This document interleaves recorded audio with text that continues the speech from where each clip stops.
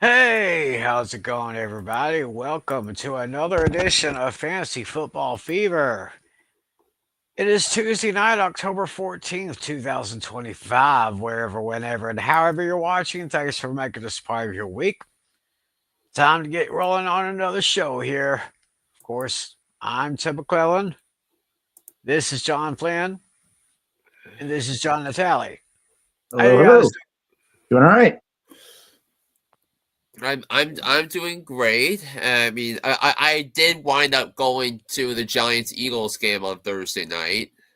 and how sweet it was. I mean, one thing I will say. So I got tickets. Like as soon as I finished recording Hooked on Sports on Thursday, I decided, you know what, I'm gonna go to the game. It was like a last minute decision.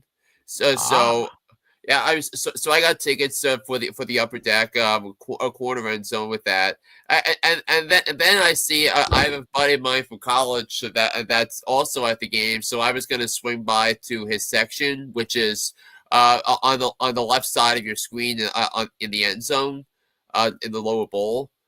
So like I snuck in and I wasn't checked for anything, so I got a great view of what I thought was the most impressive regular season victory by the Giants in quite some time. oh, it was wonderful. Yeah, it's so happy to see those chickens lose. But also, my Cowboys lost as well. Yeah. So, I mean, it doesn't sting that much. I Hmm. mean, and the Commanders lost too. So the Cowboys had a golden opportunity to be even, pull even in the loss column with Philly and Washington, but now they're two, Yeah, three, and one. yeah. Of course, the Cowboys' biggest problem this past Sunday was a former teammate of theirs. Yes, absolutely. We're going to get into everything that transpired in Week 6, but before we get into the first matchup we want to discuss, we want to first show you the difference in the game. So we had a matchup with Alex Putnam and Daniel Spiegel, aka Dino. So that be out that Alex had Bijan Robinson and Drake London back in his lineup after a Week 5 bye. And if you look at this play, the Falcons are up 21-7, 6 seconds left. You surely would try a field goal here, but the Falcons decided to be aggressive, maybe have a better field goal try. But if you see here, Drake London goes out of bounds at the 1 yard line of that matchup. So how important was that play in terms of that matchup?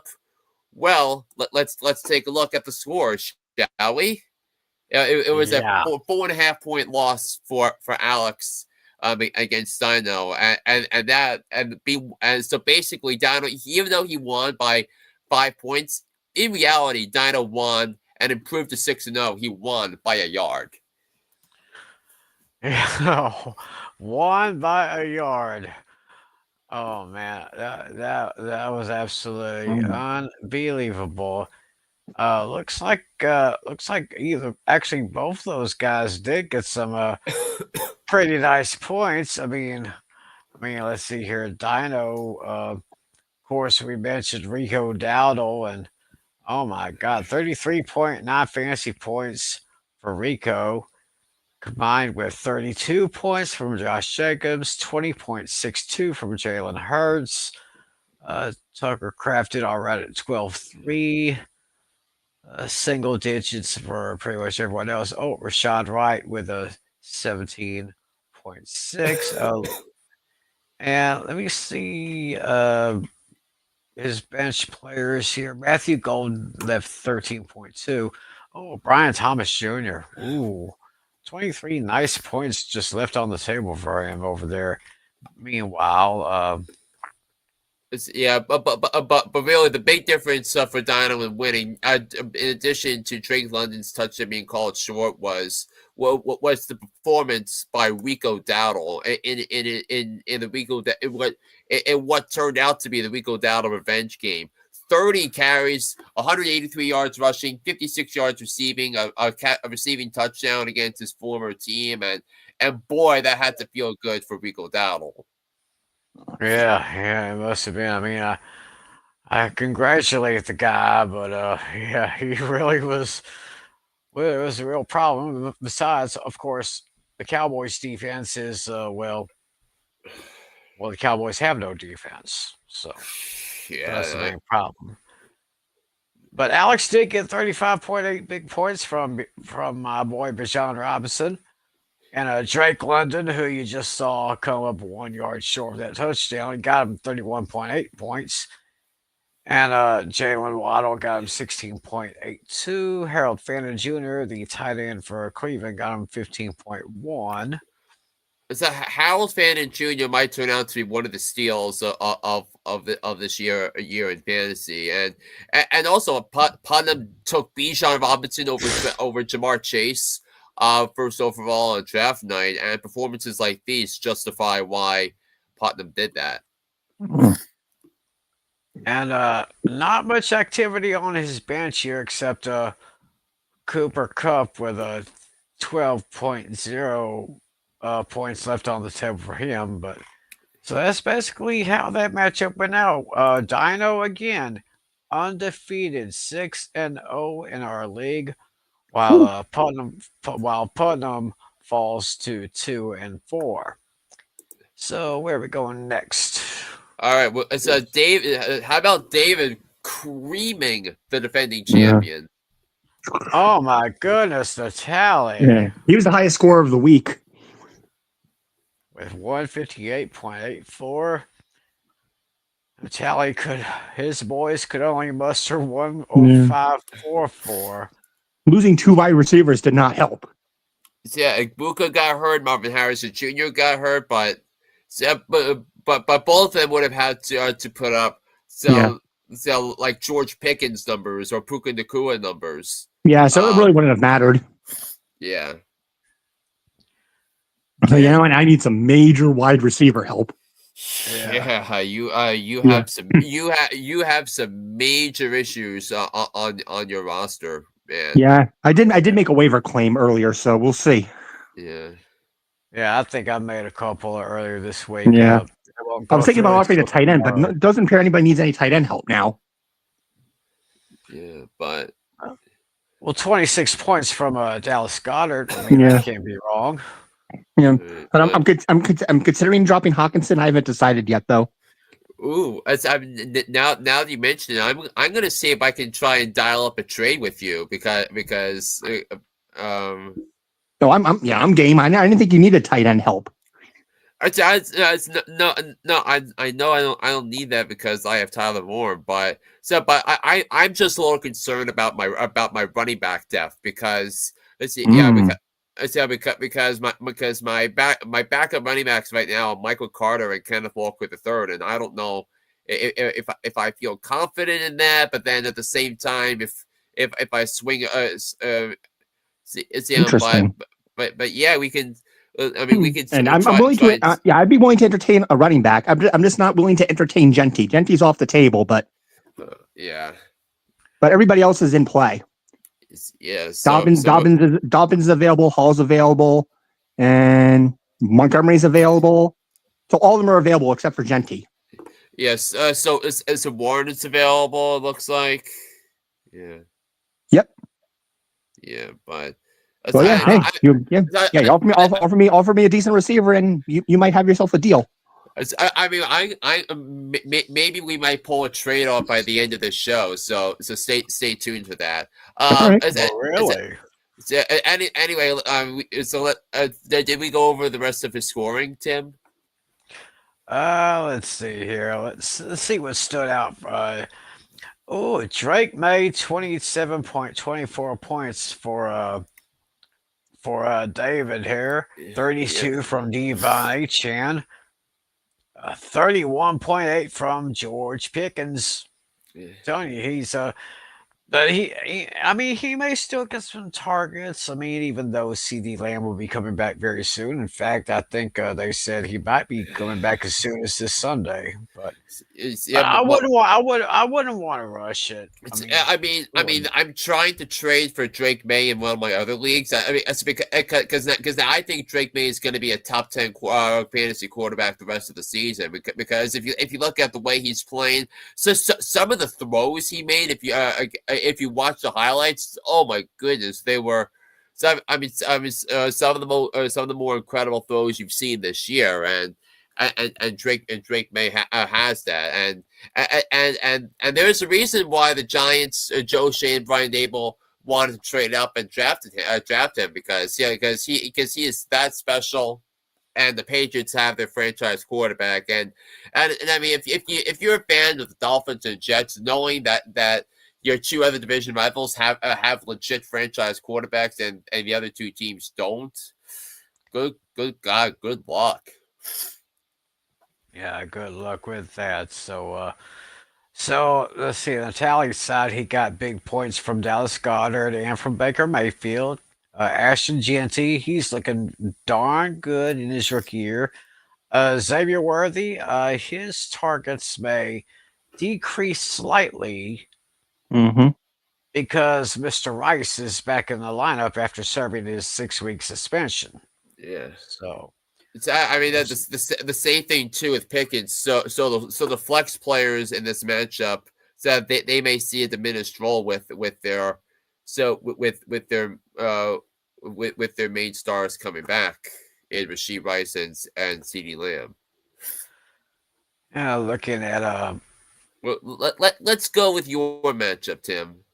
do we have to? Yes, Tim. It's fantasy football fever. Yeah. Yes, yeah. I have to, yeah. Oh, look at After, that. Andrew came out of after, nowhere. yeah, Andrew went from worst to first. yeah. After starting with a win, I've now logged 5 straight losses. He got me 123.26 to 119.34.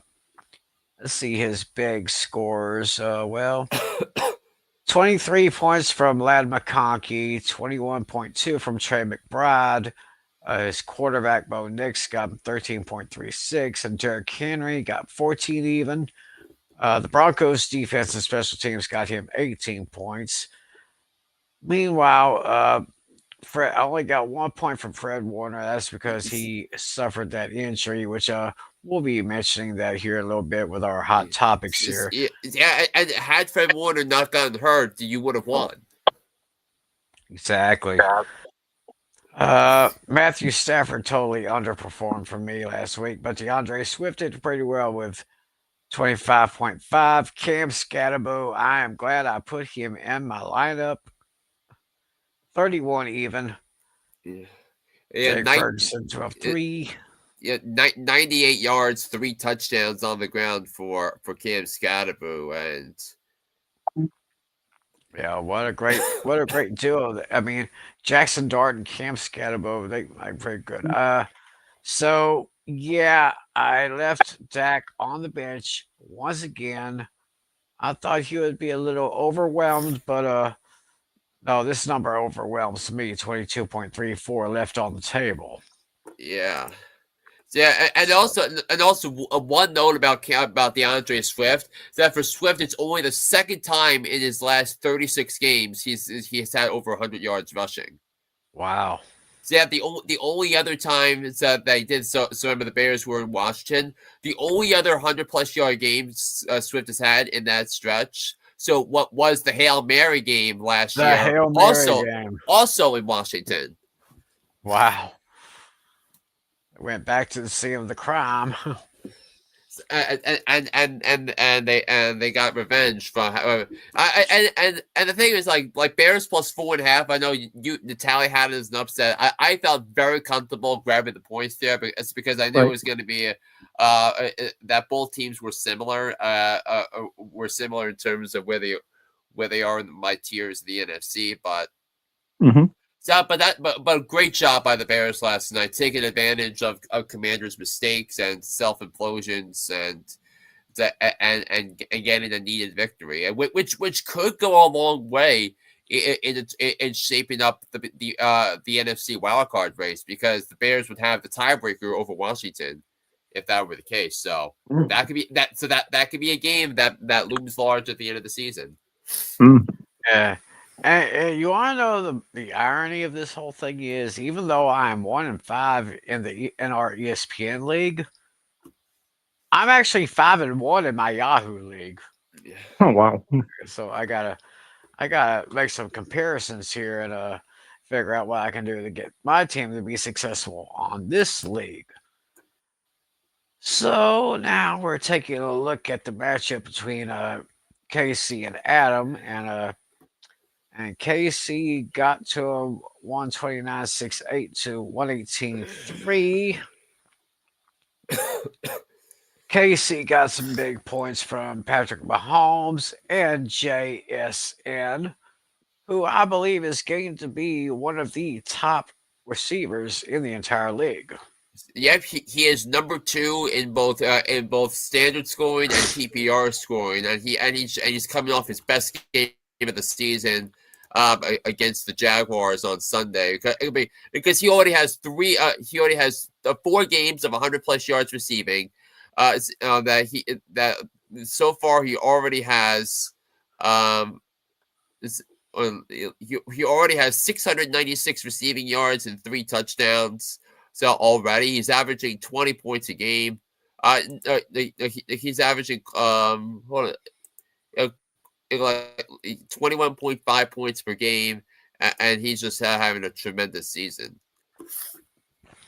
Absolutely. So I got Mahomes, got Smith-Njigba. I remember I'll say Brown underwhelmed a little bit, 13.7. They got 14 points from the kicker, Robert Fitzgerald. Yeah, and also one more thing: look where Patrick Mahomes ranks among fantasy quarterbacks. Would you look at that? Oh boy, number 1. So I mean, we spent so much time during the offseason downgrading Patrick Mahomes. So I mean, it only took the end of that of the Super Bowl where Mahomes threw that beautiful deep ball to actually realize, hey, you can go down the field some more, and Mahomes has been superb. 12 touchdowns, I believe. 1, 2, 3, 4, 5, 6, 7, 8, 11 touchdowns, 2 interceptions, and 4 rushing touchdowns to go as well. So, yeah. Yeah, he's doing all right here. Adam got a 15.4 from Josh Allen, 23.7 for Jonathan Taylor. Down the line, 13.8 from Travis Kelce, 12.6 from Alvin Kamara, and Nate Landman, the linebacker for the Rams, got 17. I think Nate Landman had the most tackles of anybody in the NFL last week. Yeah, and I know there has to be some research on that. I mean, he was Tom Brady's LFG player of the game. So he had 14 tackles the week before against the 49ers, and Nate Landman's 17 total tackles is the thing about that was it set a Rams franchise record for a single game. Wow, very nice. So, but unfortunately, it was not enough to take down Casey. Right, not quite enough here. And now we're taking a look at Lucas going up against Flynn, and Flynn took that matchup 126.5 to 101.54. So, well, look at those nice numbers on your end there, Flynn.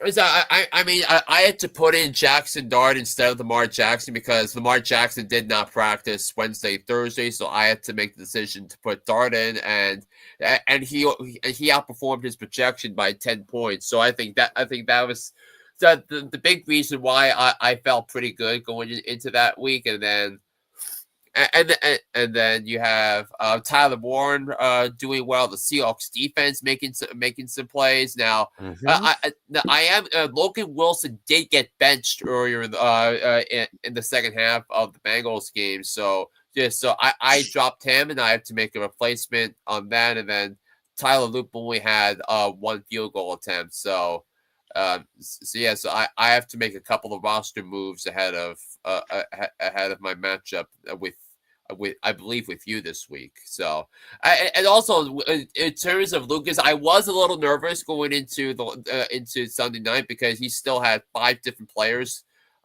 set to go, but none of them really performed to expectations. So Yeah, so that despite the fact that he got 22.64 from Jaden Daniels and 16.3 from Zach Ertz and 17.9 from Teddy McMillan, had a nice game with him.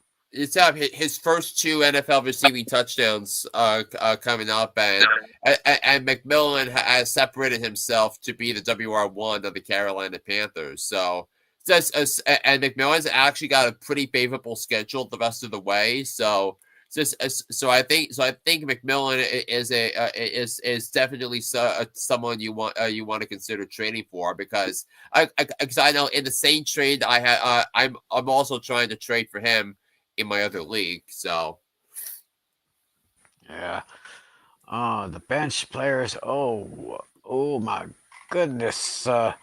Lucas, he left a total of 73.26 to only your 18.9. I think I'm some big points from Jameson Williams. He had a pretty good game, and so did Justin Herbert and a DK Metcalf. I mean, I'm kind of surprised. DK Metcalf is still getting in there. I thought his better days were done when he left Seattle, but I digress. So I guess that's basically our Mhm. matchups from last week. So Yeah, there's definitely some wide receivers I'm eyeing on Flynn's team. Should we pull off a trade here? yeah, and yeah, we'll, careful, y'all. we'll They said there might be a trade sometime, maybe during this show. Who knows? yes. So stay tuned. Maybe, but for the time being, we're gonna start look at my matchups ahead of this week. Right. All right. So I got CD Lamb. Did I did hear that he could be coming back as soon as this coming Sunday. Uh, Oh my there God, might be a really? possibility here. Uh, So I have to face CeeDee Lamb and Rasheed Rice after nobody else had to. I mean, come on. I guess it's just the way the schedule works. He's already served his 6 week suspension. He's coming back into the Chiefs lineup. Hey Tim, CD you're the one who Lamb's traded gonna for be him. coming back. You were the one who Yeah. traded for him. You and Dino pulled off a trade earlier. Oh yeah. I traded receiver. I got receiver Rice. He got Bucky Irving. So And now Bucky Irving is hurt. yeah. But Fred Warner. I've already put in a um uh, a trade waiver.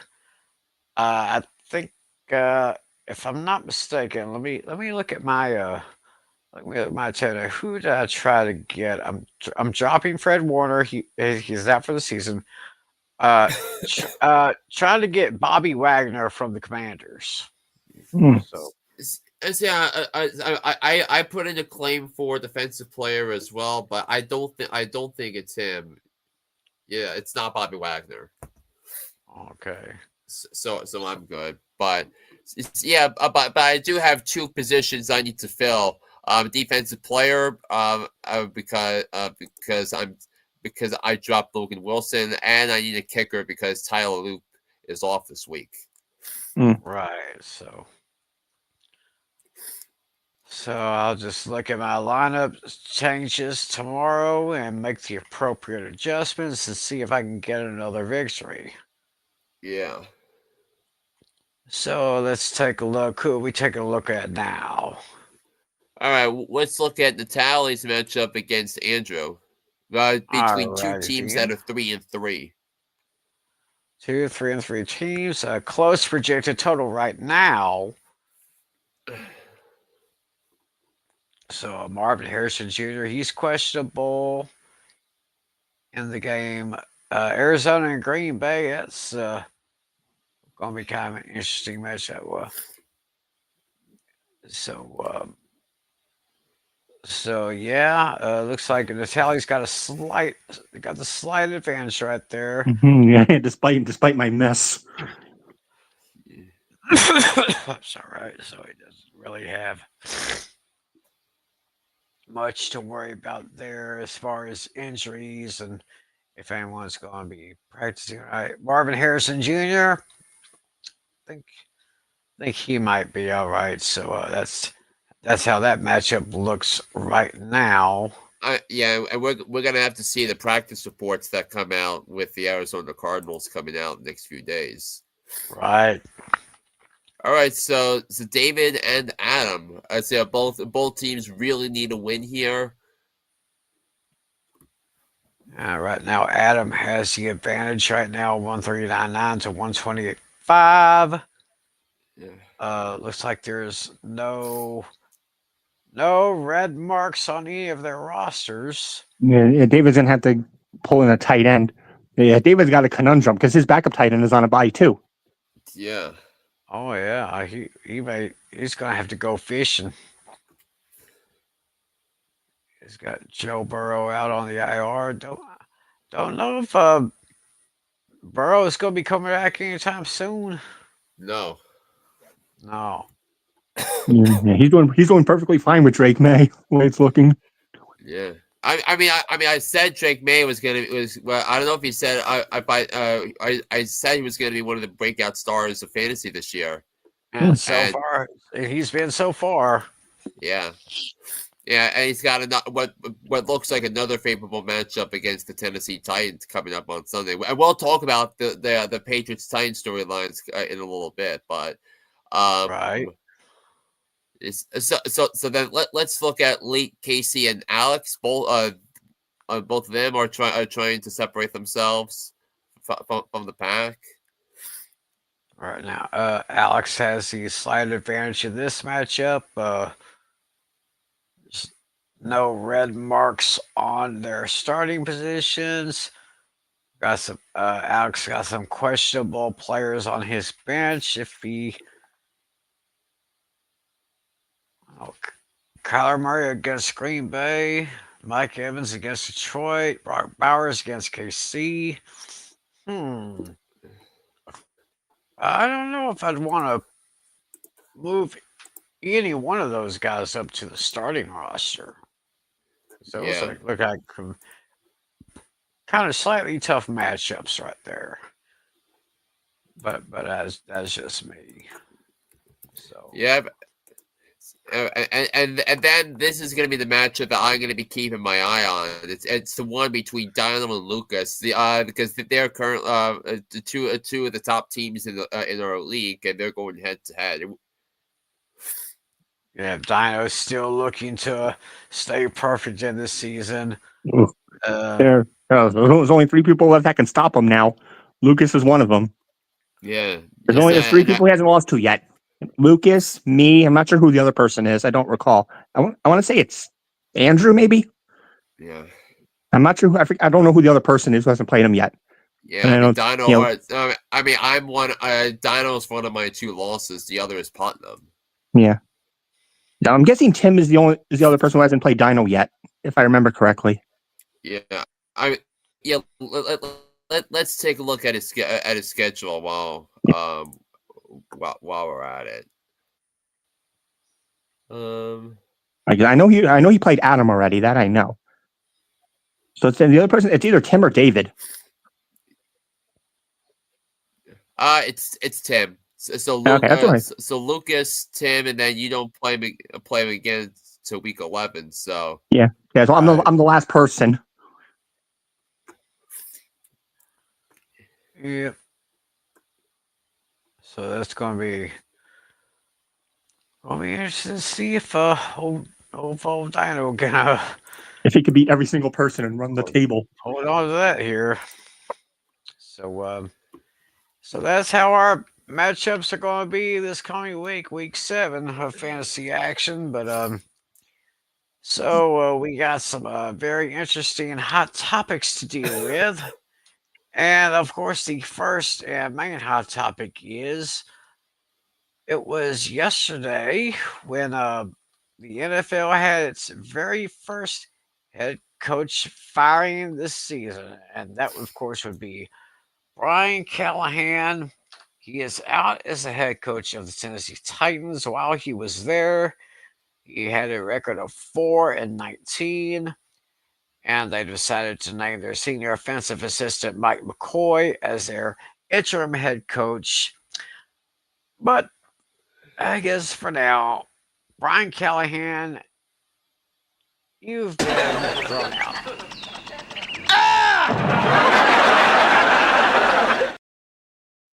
Oh, What? we haven't seen that one in a while. Yeah. Yeah, so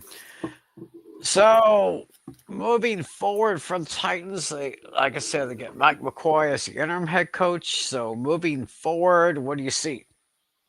I mean, it's just that ill-fated trade for of AJ Brown had more ramifications for the worse for the Titans than anyone could have imagined.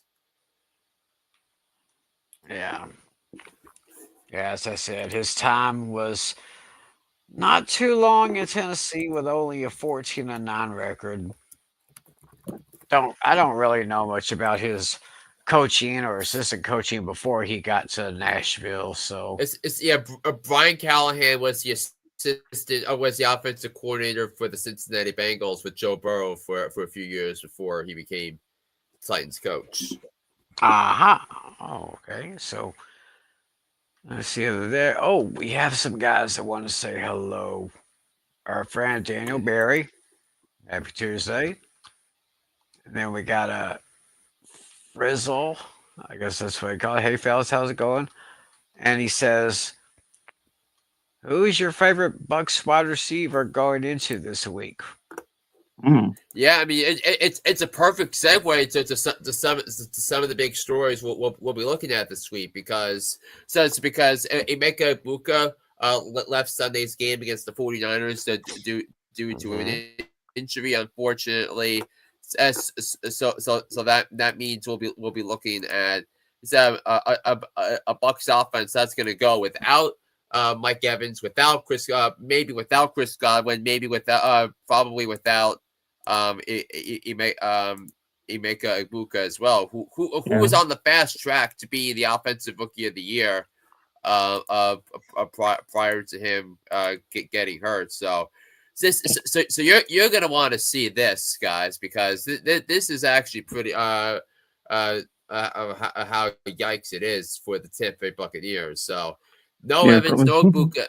Think about it. There are 3 starting wide receivers and their starting running back are all out. Oof. Uh-huh.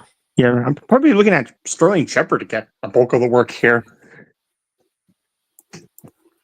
Sterling Shepard, formerly of the New York Giants, have Ryan Miller.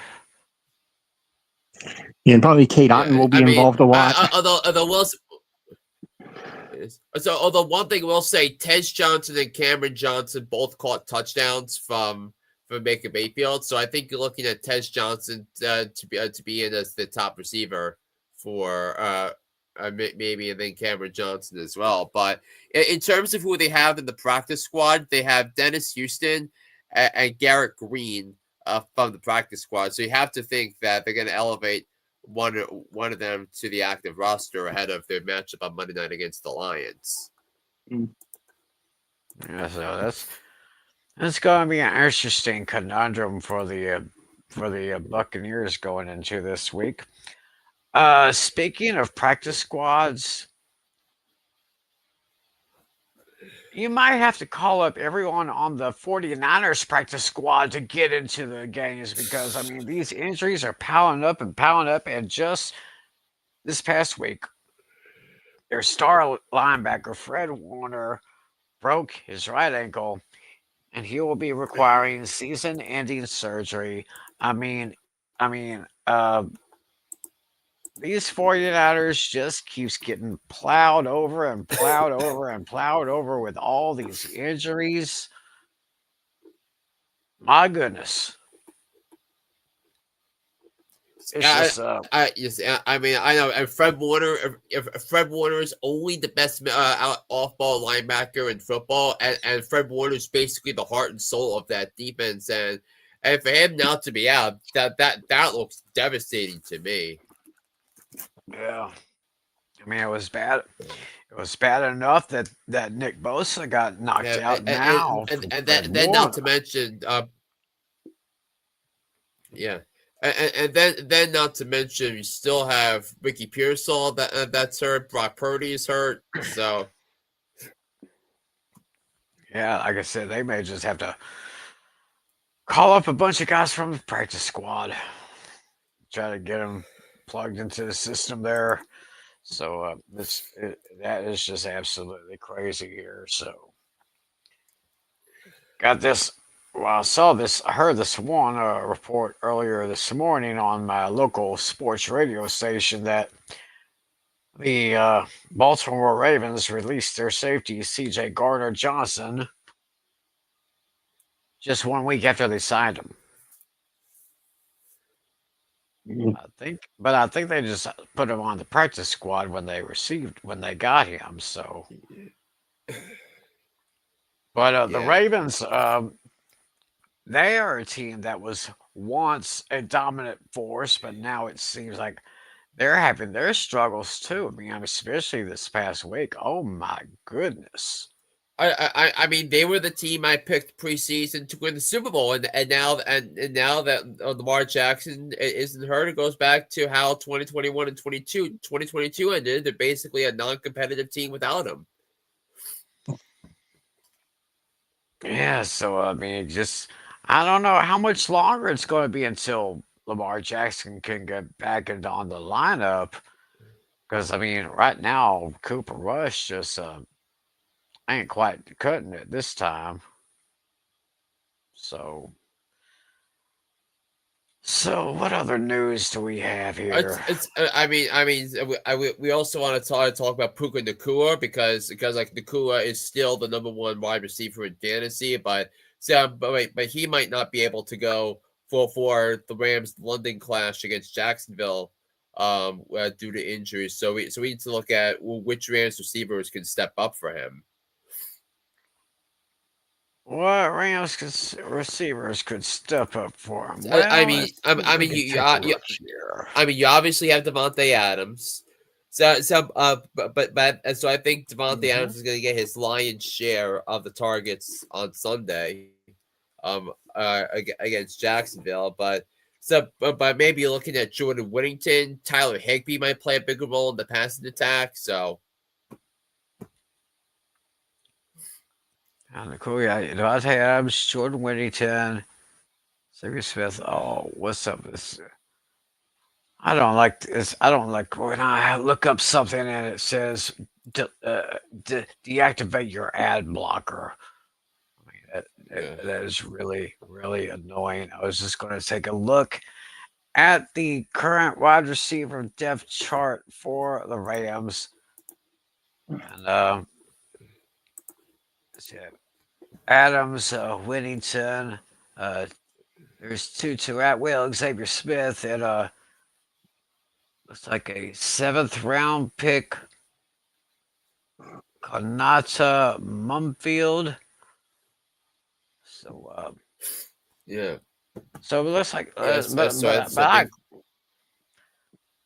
I agree that Adams will probably get the majority of the targets this coming game, and maybe the next one in case Nakua still has to sit out. But Nakua's been having a great season so far before he got hurt, so it won't be too much yep. longer. So I'm just looking at So Yeah, so and then we also wanted a couple of other topics that I put in the description. So is that the potential of hope with Jaxson Dart and Cam Skattebo with the Giants, with them coming off their strong performances against the Eagles, that basically on Friday they were the talk the talk of the sports world, those two rookies. oh yes. I'm very impressed with Jaxson Dart. Very impressed with Skattebo, and of course our man Flynn saw it firsthand. So so now looking at let me look at the let's look at the schedule for the next few games here. Yeah. I know the schedule offhand as a Giants fan. So Right. so this week they're on the road in Denver. I think it's going to be a very tough matchup. Obviously having to go on the road and having and this is the first time Jaxson Dart and Cam Skattebo are going to have to learn dealing with prosperity. Based upon that dominant win against Philadelphia on Thursday night, and then they have the Eagles again in 2 weeks, and then they have the 49ers who are ravaged with injuries. And then you have the Bears, the Packers, the Lions, and the Patriots before your Week 14 bye week. So it's a long ways to go to get there. So we'll see how many wins the Giants can stack up. Yeah, it's going to be interesting. Because then after the bye week, they are at home against the Commanders, at home against the Vikings, and they're on the road to the Raiders. Then they finish at home against my Cowboys. Yeah. Although one thing I will say, that is a very very favorable schedule for Cam Skattebo in fantasy. For fantasy playoffs, I will say that. Yeah, that looks pretty. Does look pretty darn good for him, and we'll say that. So let's just see what happens there. So let's see here. So we Yeah, talked about then we also have to and then we have to talk about the about the mess with the Eagles, because the Eagles are far and away are not even close to the team that they resembled last year. right. You lost Kellen Moore, who is now the head coach of the Saints. Moore's getting his Saints teams to be competitive, and then Kevin Patullo. The thing about that game is that after the first two plays of that game were Saquon Barkley runs for first downs for a combined 31 yards. After that, he had just 10 carries for 27 yards the rest of the game. Wow. So I think with you looking at the Eagles, you have to get Saquon Barkley involved, because you rode him to a champion most of the way to a championship last year. The problem with that Jalen Hurts hasn't been as good as he was last year. He missed a wide open Devontae Smith in the first possession of the second half. AJ Brown is getting frustrated with the play calling, and it's just a mess. And then defensively, they're not even close to being a good defensive team without Jalen Carter, and they lost Quinyon Mitchell to a hamstring injury, so he might be out for a couple of weeks. So there are real issues on both sides of the ball, guys, when it comes to the Philadelphia Eagles. Yeah, I really don't know what's happened to those guys. I mean, at the beginning of the season, I was thinking, yeah, maybe they can do what hasn't been done in over 20 years and repeat as NFC East champions, and Right. maybe even make a deep run and maybe head back to the Super Bowl. But And the thing is, I still think they're the team beating the division, but in terms of the era of invincibility, that for the moment that's gone. Because yeah, they got their butts kicked on the road by a rookie quarterback. by a rookie quarterback. So, yep. So we'll just have to keep an eye on those Eagles here as the season goes on, see if they can get back to top of the division. Oh, one thing I want to bring up after Sunday night's game, it was the end of the game, and Choo Smith Schuster extends a hand to Brian Branch of the Lions, and Branch just slapped him. So, and for that, the NFL has suspended Brian Branch 1 game for that little slap here. Slap singing around the world because it was on Sunday Night Football. So, He somehow made Will Smith look sane. Yes. I like that reference right there. I can't believe people are still talking about that slap at the Oscars. Yeah, people are still talking about it. So, but wouldn't we all agree that we have one thing left to say for Brian Branch before we continue on? Do you want me to play it? I don't know which one you're thinking of. Go ahead. I award you no points, Go ahead. and may God have mercy on your soul. Yeah, that was the one I figured you were gonna do. Yeah, I definitely agree with that. So, what a loser that the Lions' identity is supposed to be that we're going to out physical you, we're going to out muscle you. So, but the bullies got bullied on Sunday night, by Patrick Mahomes and the Chiefs, and look at Patrick Mahomes, and I think if you look at the Chiefs, if based upon the eye test, I think they're the best team. Even though they're technically in third place, to me, they're the best team in the division. So Mahomes is finally playing back to his 2021-2022 level. So that the defense has gotten better and better as seasons gone along, a far away from letting Justin Herbert slice your defense, and then you have the. Then you pounce the Lions, and now the schedule opens up a little bit. They have, they have the Raiders. I think they have Washington the week after that. So yeah, definitely in position to go on a run and charge for the top of the leaderboard in the AFC. yeah, that could be a strong possibility. I mean, it looks like the Chiefs are kind of working their way back to the top of the division, maybe the top of conference. I mean, yeah, you still got that pretty good defense in Denver, and you still got a pretty good offense with the Chargers. Although I will run down the next 6 games for the Chiefs, so this will get them to the end of November. So that they're home against the Raiders, so versus Washington on a Monday night. Then a showdown with Josh Allen in Buffalo, who, by the way, lost again.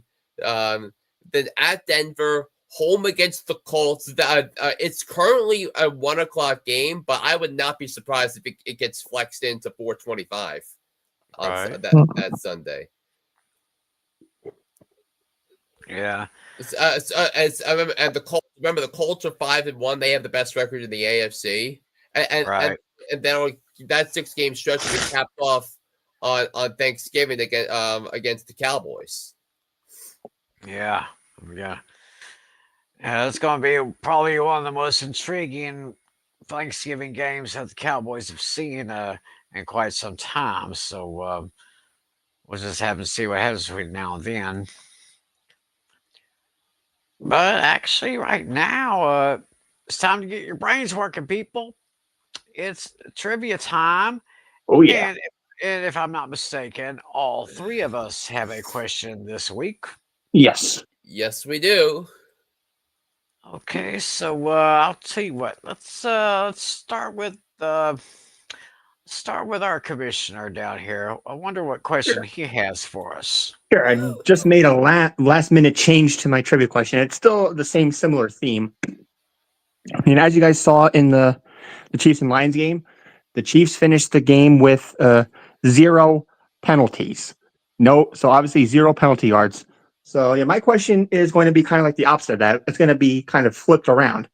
My original question was going to be, which NFL team holds the record for the most penalties in a single game? But I felt like you guys might potentially know that. So I changed it up just a slight tweak. Which team holds the record for most penalty yards in a single game? Ooh, So I made a slight tweak. A slight tweak. I feel like it's happened recently, but the rest of the stuff I don't know. So Yeah, so my first question is going to be, which NFL team holds the record for the most penalty yards in a single game? Most penalty yards in a single game. Yeah. Nice question. Mm. Very thought-provoking. Flynn, you said yes, yeah. I have a trivia question, and I have it as one of my banners. So Bijan Robinson, 822 yards from scrimmage through 5 games. So who are the only 2 players since 1970 with more to start the season? And I'll give you one thing to note: one of these 2 players did it twice, more than 822 yards from scrimmage through 5 games. So only 2 players have done that through 5 games in a season. A team's first 5 games. team's first 5 games since the 1970 merger. Yep. Ooh. 820 yards through 5 games. Only 2 players have done it more. I may have one in mind. Yeah, I think I have one too. I feel like one is a current player and one is a past player. That's kind of my leniency right now.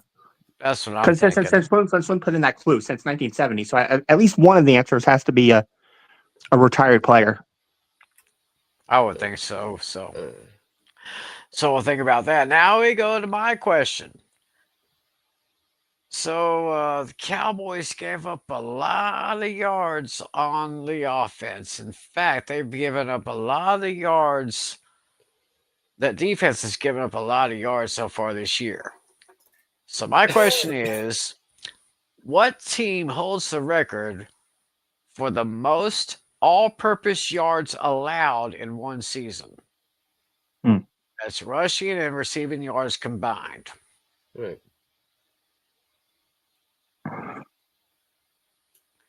So are we talking about cumulative or average? So we're talking about total yards. Okay, total yards rushing total yards rushing and receiving allowed in one season. All right, I needed to clarify that for the questioning. So all right, so we will have the answers to those questions after we get done picking this week's teams, and in case our good friend Dashy may be watching this, I will not forget we have 2 teams on the bye week. We have the Buffalo Bills and the Baltimore Ravens. Mm-hmm. So if any of you people out there are fans of either the Bills or the Ravens, we'll talk about y'all next week. Yeah. I mean, I saw players were thinking of Josh Allen, Khalil Shakir, Keon Coleman, James Cook, right? Or Derrick Henry, Zay Flowers, Lamar Jackson. So we won't see those guys again in 2 weeks. Yeah. So they'll be able to relax and recover, and yeah.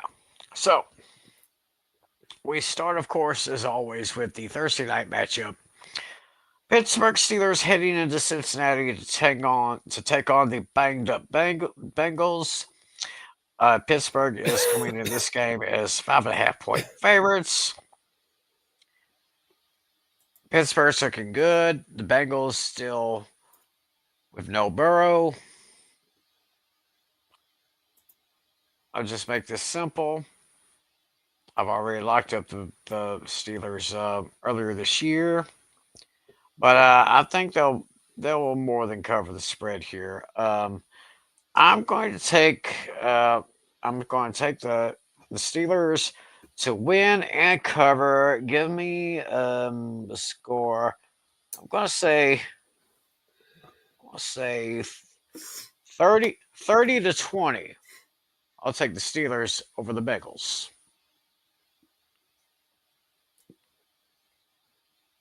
Yeah, the Bengals are still pretty much garbage without Joe Burrow. Yeah, their defense looks very bad too. So, yeah, I'm going to take the Steelers to win this one pretty easily, 28 to 20. I was considering grabbing the points with Cincy because the thing usually is if it's a divisional game and the spread is pretty good, you feel comfortable grabbing the points with the underdog. But you know who else is on the who else is on the injury report this week? Trey Hendrickson, and that's a problem as well. So I was thinking of picking Cincinnati, but with the points, but now they have nobody on defense. So I think the Steelers are, and then this is a classic Mike Tomlin trap game situation. But I just don't think Aaron Rodgers is going to let that happen. Give me the Steelers to win and to cover. They win 23-16 over the Bengals. Okay, so all of us are unanimous with that game. Going to the Sunday games. First of all, the Wembley Stadium game, London, England. It's the Los Angeles Rams against the Jacksonville Jaguars. It's a neutral site. It's Wembley Stadium, and the Rams come in at 3-point favorites. As we said, Nacua may or may not be able to participate in this contest here. Jaguars are doing all right here. I'm just going to take, well, my buddy would say if you can't pick a winner, go for the home team, but there is no home team here except, well, actually, Jacksonville, I think, has played more games in England than any other team in the league, so they're like a de facto home team, I guess you could say. Yeah, it's just that way for scheduling purposes, basically. But also considering that Shah Khan, the owner, has financial ties to England. Because he owns Fulham FC of the English Premier League in soccer. So he has financial ties to England. So it's gonna be pretty interesting to say. I'm kind of leaning toward the Rams to take this one, and I'll think about give a couple of maybe by a couple of field goals maybe. So let's say this.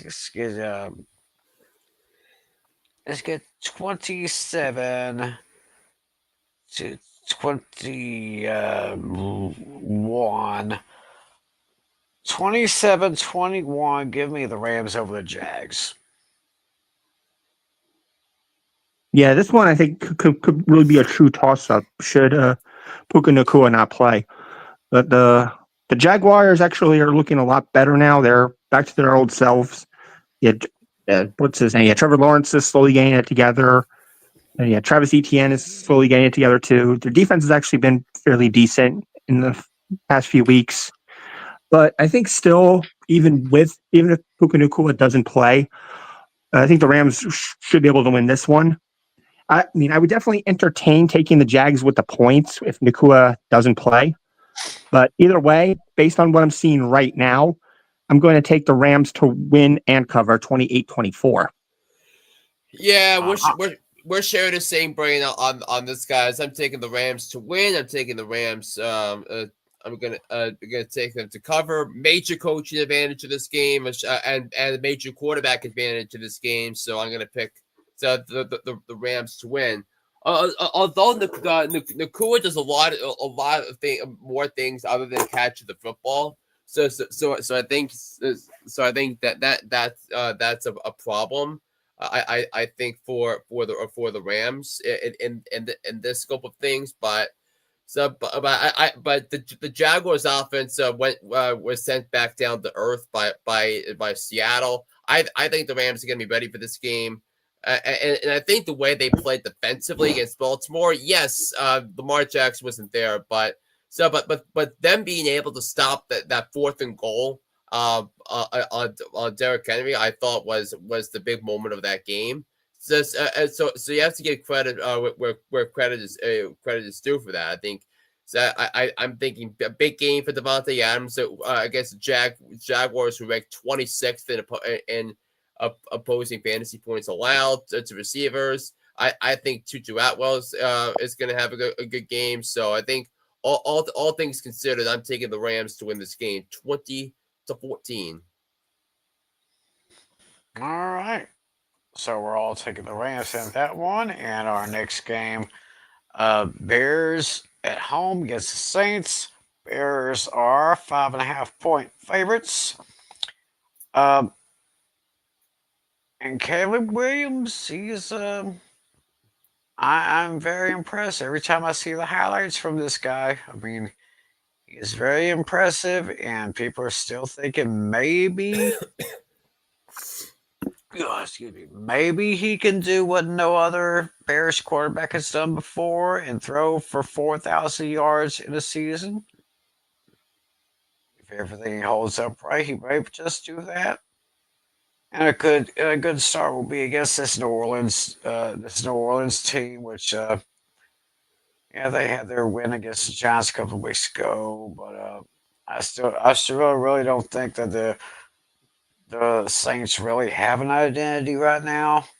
So I'm gonna say so the Bears are 5.5. Yes, I'm taking the Bears to win and cover this one. I'm gonna say, let's see here, 21, 30. We're gonna call it 30 to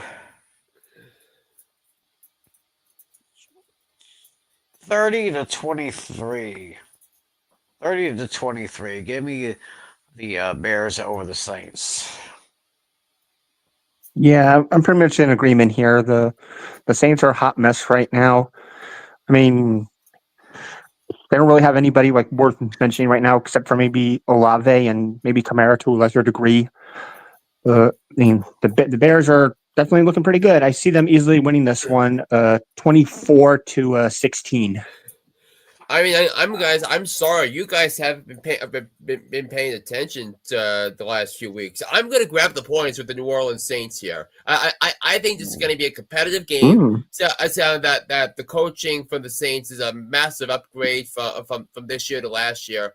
Although Dennis Allen will be facing the Saints as defensive coordinator for the first time since the Saints canned him at the midway point of last year, but if you really look at this game, the Saints have matchups that you could use at your disposal because the Bears' defensive ranks in fantasy, so they're 27th against running backs, 25th against wide receivers, 28th against quarterbacks. So like it could Spencer Rattler possibly be someone you entertain with in your lineup, especially if you have Lamar Jackson or Josh Allen on your team and you can't play them because of bias this week, that could be a really interesting consideration. And I think the Saints are at their best when they force mistakes, because if you look at the Giants game, they forced 5 turnovers and 1. But the weakness for the Chicago Bears is the lack of consistency from Caleb Williams. Williams made some good throws, but he can make some bad decisions as well. So I think the Saints are going to be in this game, and I'm going to take them 5.5 point with the 5.5. But the Bears will wind up winning at the end, 21-18. Ah, so interesting there. Interesting right there. Okay. Next game we're going to. I think. Yeah.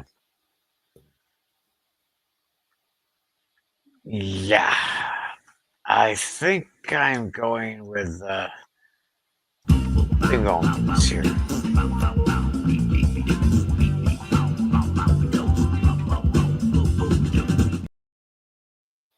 Mm.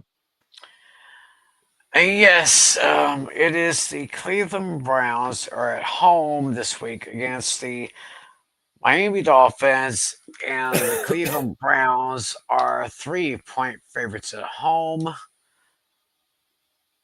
Both of these teams are, well, they're both a hot mess. And what really gets me is that it is almost Tuesday night. It is almost 11 p.m. my time, and Mike McDaniel still has a job, Oh.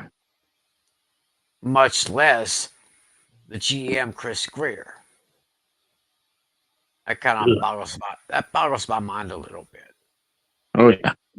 But for some strange reason, I've got a feeling that the Dolphins could pull out a victory here. Don't know if it's going to be enough to maybe save the jobs of Greer and McDaniel. But I got a feeling this week that the Dolphins will do something. Um, now, it's only 3 points, but I actually, call me crazy, but I actually may see the Dolphins winning this one 24-20. I'm going to kind of take the Dolphins on the road. Interesting. Yeah, I mean, I was definitely tempted to do that, but with I mean, both teams are a hot mess right now. But man, the one thing that's saving the Browns for me for picking them is that rookie guy, Quishon, what's his name? Quinshon Judkins. Yeah, if he wasn't on the roster, I would probably be tempted to take the Dolphins here. But since he right now he has a somewhat of a bright spot. Nobody else on the Dolphins seems to be doing anything right. This was my runner up for the garbage game of the week. Just came up a bit short, but I see this one still being a super low score. I'm going to take the Browns to win this one by a very obscure score of 19-15. Oh, that would be quite obscure as well. I mean, look, Yes. I'm not gonna play the garbage game of the week animation for mine because Tim already did with his, but I'm picking the Cleveland Browns to win this game. I mean, it's crazy to say that, but if you have your doubts in a game like this, pick the team with the better head coach and the better defense. And I think and that belongs to the Browns. Quinshon Judkins has a fantastic matchup against the Dolphins' woeful run defense, so be sure he is in your lineup. It's a Hal Fannin Jr. should also be in your lineup along, especially if David Njoku won't be able to go with that knee injury. So give me the Browns to win and cover here. I have them winning by a score of 20-13. Mm. Kind of a moderately low scoring game right there. So now we go to Kansas City with a classic old school AFL matchup between the Kansas City Chiefs at home against the Las Vegas Raiders. KC is picked by 11.5. I think the odds makers, the point spreaders, are kind of just a bit too generous for the Chiefs on this one. I'm actually thinking that this game might be a bit closer than what the spread is right here. I think Ashton Genty could have a pretty good matchup against the sometimes shaky Chiefs defense there. In fact, I'm going to take the Chiefs to win, but I'm grabbing the points for the Raiders. In fact, my final score is going to be 31-24. Chiefs with the win, Raiders with the points. Yeah, I'm doing the same exact thing because I do remember. I believe last season the Raiders did beat the Chiefs in one of their games, if I recall correctly. Okay. So, no, I think that was the game where that was the game where they had that Black Friday debacle in terms of the clock management. Ah, well, yeah, I do think the Raiders are capable of actually keeping this close. But yeah, I mean, they have that promising rookie. Yeah, Jacoby Myers has been fairly decent. Yeah, they're not as bad as people think they are. I think I'm going to grab the points too here. I'm going to take the Chiefs to win this one 26-20. Yeah, I thought this was the second toughest game of the week for me to pick with the points.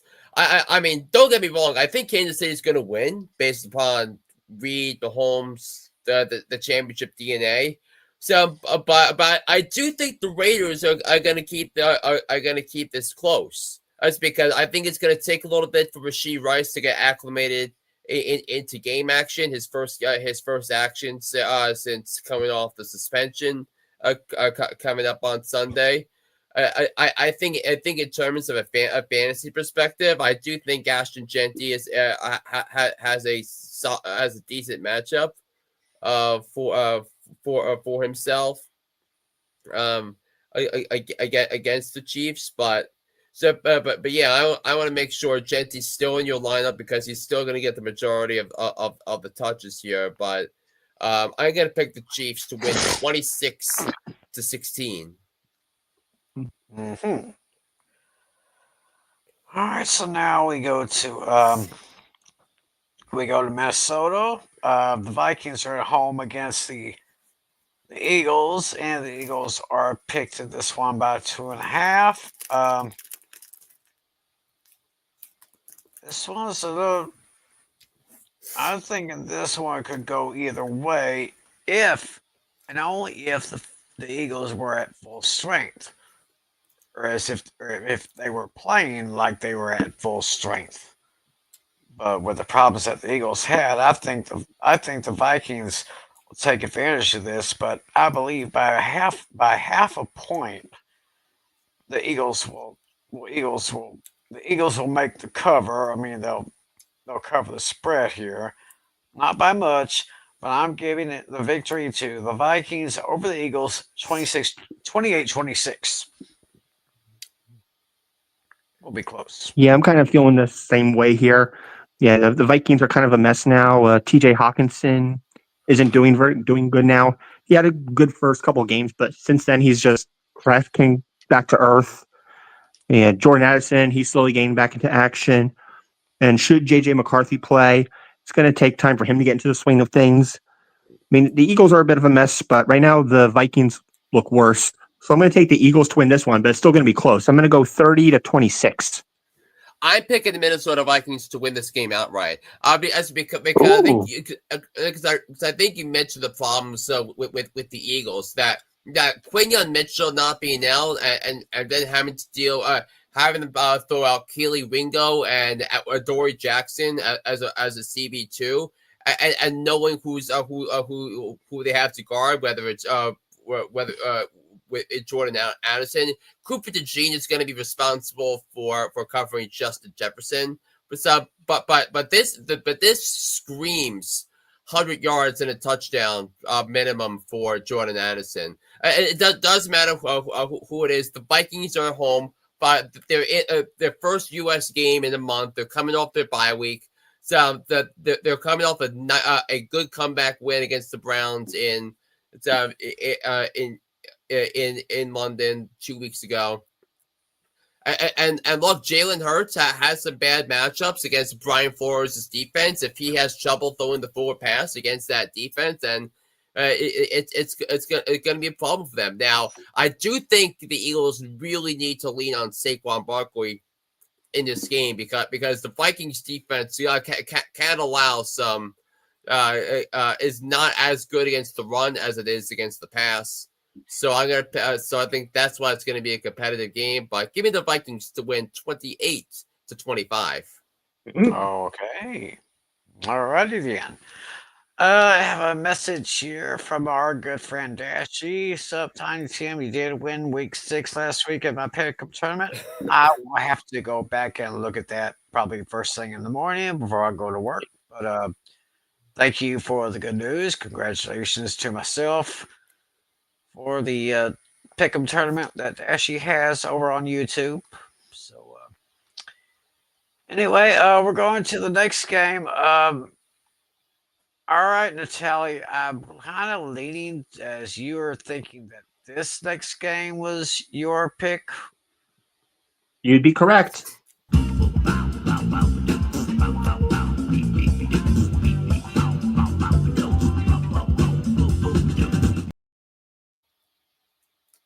Yeah, this was a close one, but I ended up picking this one. I mean, the Jets are still winless. They somehow played surprisingly well against Denver. Don't know what they did, but they came nearly close. I mean, the Panthers are pretty bad too. So this game was actually super tough for me to decide. And in my view, I think this is the last chance for the Jets to get things right. Or they could very well be the first 0-17 team in NFL history. If the Jets can play this well against the Broncos, I think they're very capable of doing it against the Panthers. So with that being said, this is the week I think the Jets finally get it right. They get their first win of the season by defeating the Carolina Panthers 17-14. Oh.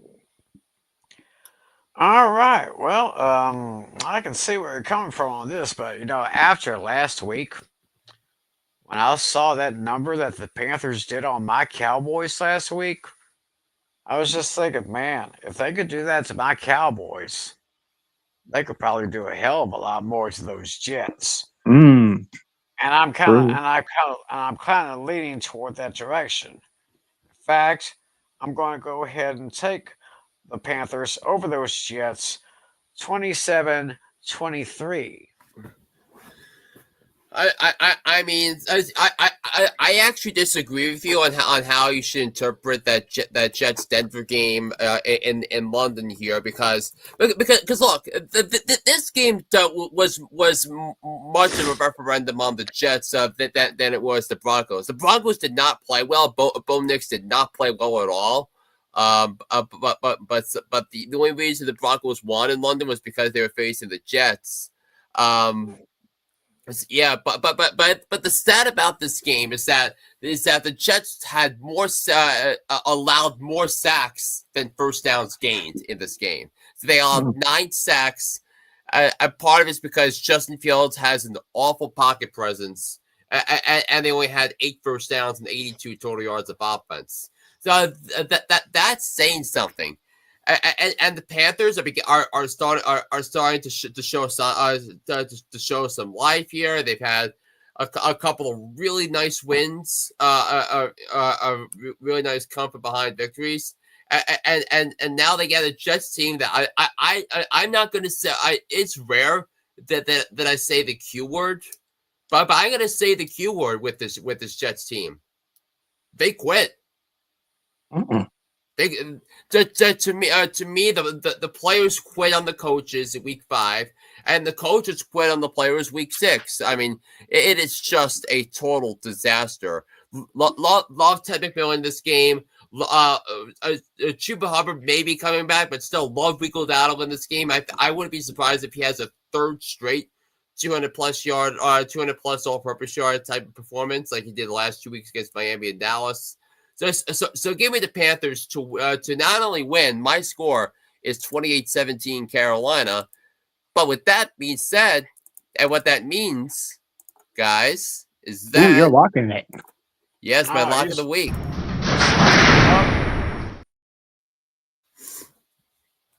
So you're feeling 0-17 for the Jets then? I mean, I'm not screaming that yet, but with the way things are going. And also remember, no Garrett Wilson either. So I mean, Justin Fields doesn't have a go-to receiver as well. So yeah, I love that. This is my best bet of the week. Yeah, I can see that. So Flynn's got the Panthers locked up this week, and we now Go to Nashville. The Tennessee Titans, with their interim head coach Mike McCoy, is at home against the New England Patriots. Patriots coming this one as 7-point favorites. And usually, whenever a person has the tag interim before the words head coach, I think 9 times out of 10, they usually don't do a good job there. I think they'll just have to have a little time to get used to the new system that the fill in is going to have. Meanwhile, Drake May is having a great season. Ramondre Stevenson is kind of pushing back up a little bit. And like I said, I like what Drake May is doing here with the Patriots. In fact, I really like what I'm seeing from the Patriots team going up against this woeful Titans team. My final score is Patriots 30, Titans 21. And this is a very good one for me. So, as far as the Patriots are concerned, Ooh. Interesting. that's right. I am locking the Patriots this week. Yeah. Yeah. This one was actually the hardest one for me to decide for some reason. This game almost feels like a trap game for me. Yeah. Honestly, I wouldn't be surprised if the Titans make an interesting run here. Interim head coach, he's probably got a little playbook plan of his own to do something. I think this new guy, he's going to make things interesting for the Patriots. I'm actually going to take the Titans here with the points, but I'm still going to give New England here the victory by a score of let's go 25-21. Yeah, I'm with you, Natale. I'm gonna grab the points with the Titans. Mike McCoy is a very good football mind. He's an offensive oriented football mind. So I think to start, that's a positive for Tennessee and for Cam Ward. And look, Brian Callahan couldn't coach his way out of a paper bag. He was basically a Joe Burrow merchant. He was basically a Joe Burrow merchant in Cincinnati, and I think that played a role to me because without him he had to deal with Will Levis. He said he destroyed him in the press. I like Will Levis more than most, but I think in this game. So it's his first game since a coach got fired. So there's usually some juice going into that for the other team. But I'm gonna pick the Patriots here to win the game. I think this Mike Vrabel and Mike Vrabel revenge game.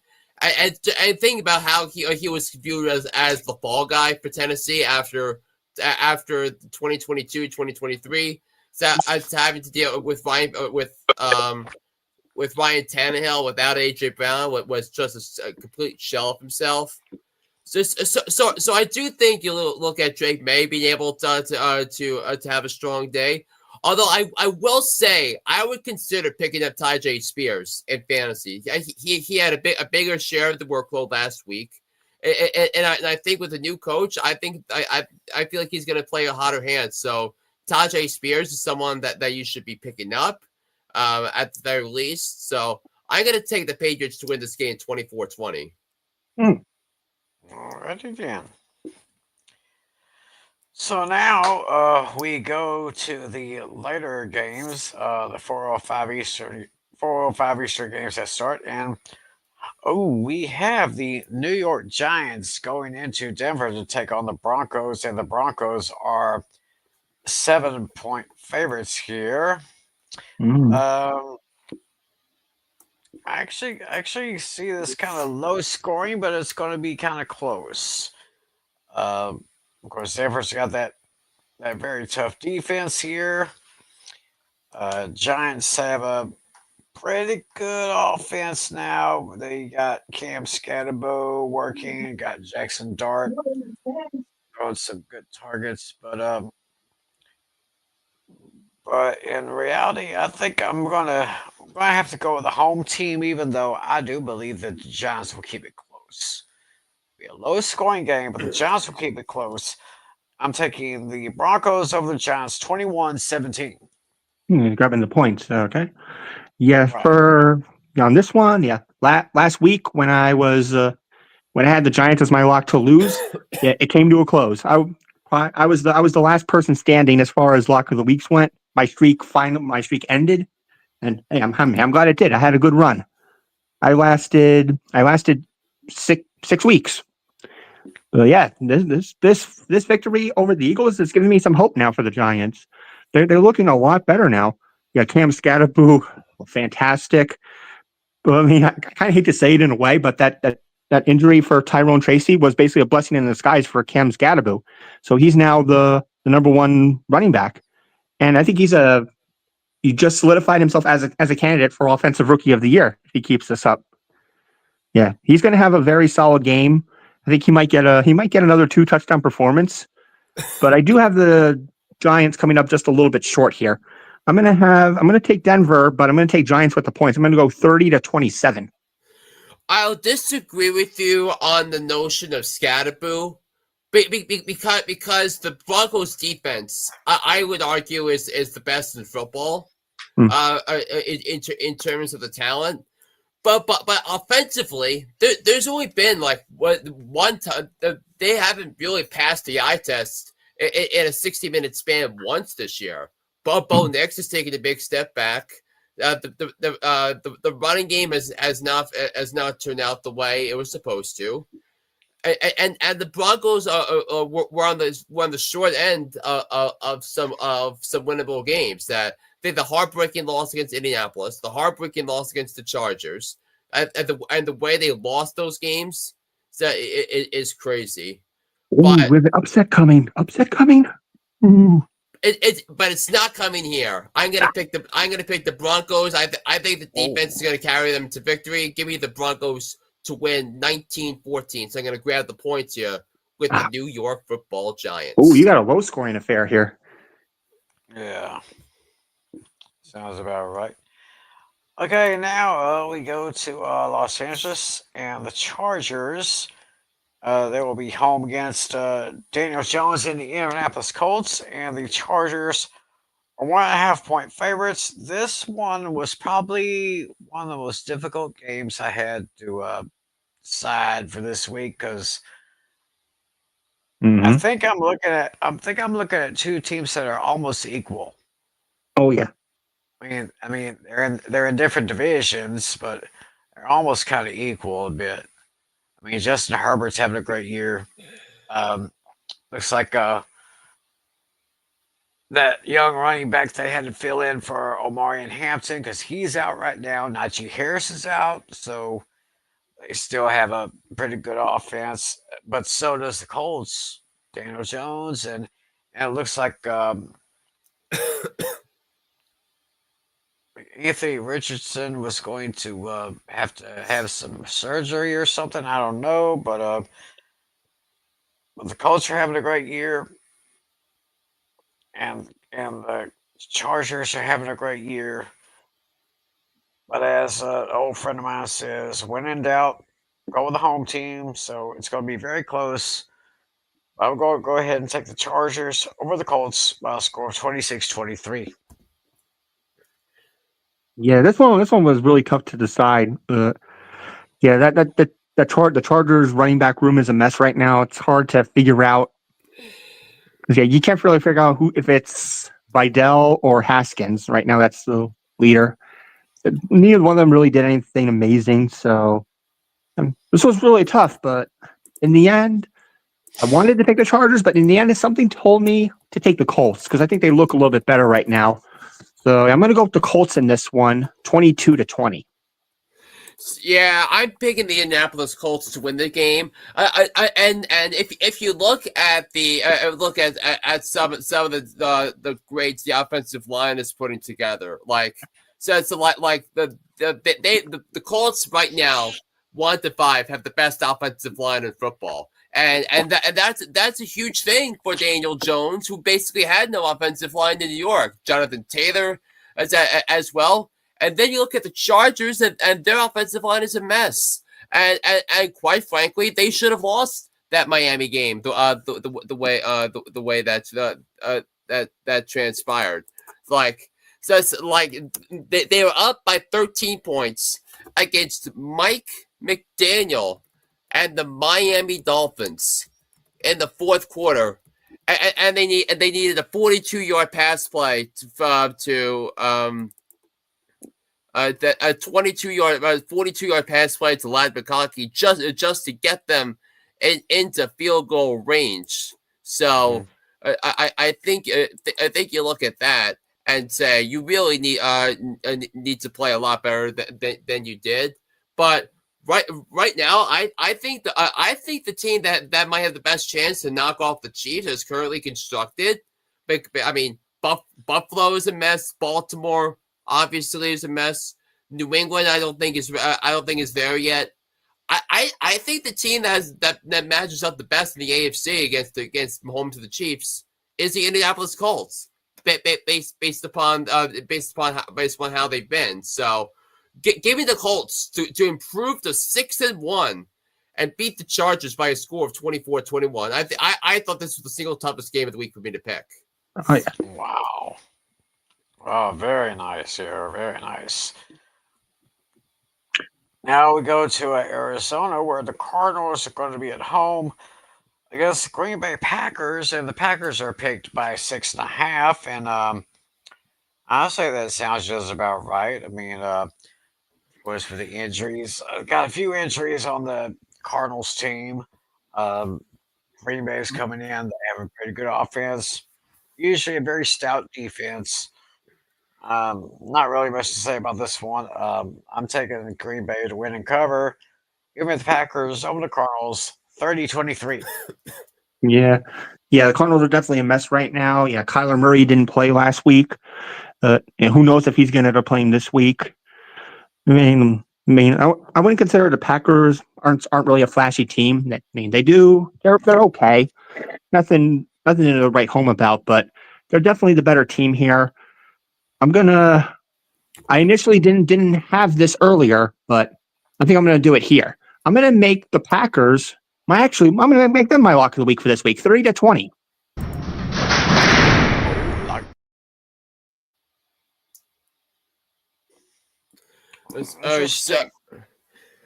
Upset special. Give me the Arizona Cardinals to win the game.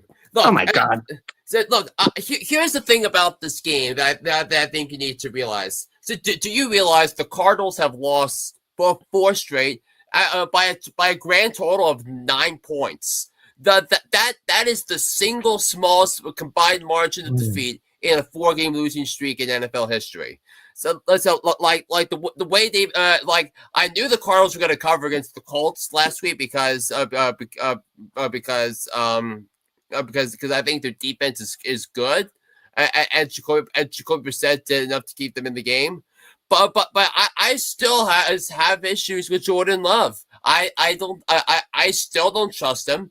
Not that I would ever trust him based upon the monologues that I've done for Down Sports about Jordan Love. And the Packers didn't amaze me against Joe Flacco and the Cincinnati Bengals last week. I mean, and they frankly should have lost the Dallas game. And the Packers have not looked good really since the first 2 weeks of the season. So I think the Cardinals are due to get back into the win column. I think Jacoby Brissett gives them a better chance to win. So yeah, I'm going to pick the Cardinals to win this game by a score of 27-23. That's my upset special. Oh my God.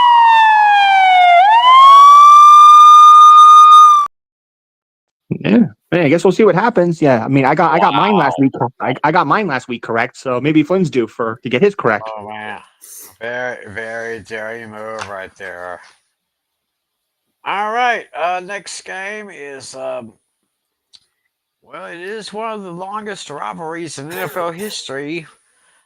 Uh, Not much of a rivalry now, but still a rivalry nonetheless. It's the Washington Commanders against my Dallas Cowboys, and the Commanders are coming in at 1.5 point favorites. Um, I will save my comments for last. Why don't you guys start? All right, yeah, I'll go on this one. Yeah, this one was kind of tough for me, but also kind of easy at the same time. It's one of those I mean, the division rivalries are always really interesting. You never know what's going to happen. But on this one, I have a feeling that Tim's Dallas Cowboys is going to get it together here. And yeah, I mean, the rookie from Washington, still a very small sample size from him. We don't know what we're going to get from him. The Cowboys, they might be slowly getting back into the thick of things. I really like the Cowboys here, especially at home. I'm going to take Tim's Dallas Cowboys to win this one. I'm going to take the spread like almost right on the nose here, 28-26. And with that, I don't know if you have the clip, Tim, but why not? I can see that. How about them Cowboys? Yes. Oh yeah.